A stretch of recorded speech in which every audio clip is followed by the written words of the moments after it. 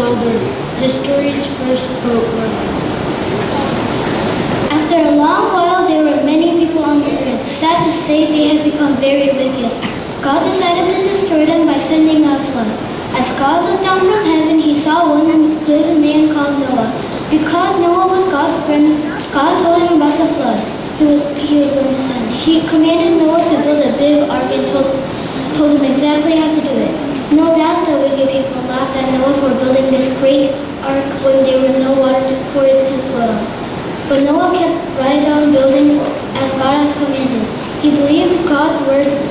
Noah also preached to the people about God and the punishment that was coming. Finally, the ark was finished more than 100 years later. God told Noah to come into the ark with his family of 8. God caused animals, birds, and creeping things to enter the ark so that some of every kind of could be kept alive. When they were all safe inside, God shut the door. After 7 days, it began to rain. It rained 40 days and 40 nights without stopping. Rain fell as if it were poured out of the great windows of heavens. Water flooded the whole earth until there were no dry ground breath of life on it. High above earth floated the ark with Noah and his family.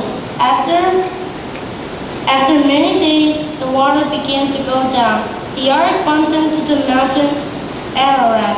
One day, Noah opened the window of the ark and sent out a dove. The dove came back because it could not find a dry place to stay. A week later, Noah sent out the dove again. This time, it returned with a leaf in his beak. Noah sent in his beak. Water must be below the trees by now. The next time he sent out the dove, and it did not come back. Then Noah knew the earth has become dry again. God called Noah and his family out of the ark. Noah was so thankful with God for saving their lives that he built an altar for worship. There God formed a beautiful rainbow in the sky. He told Noah that was a sign of his promise never again to destroy the earth with a flood.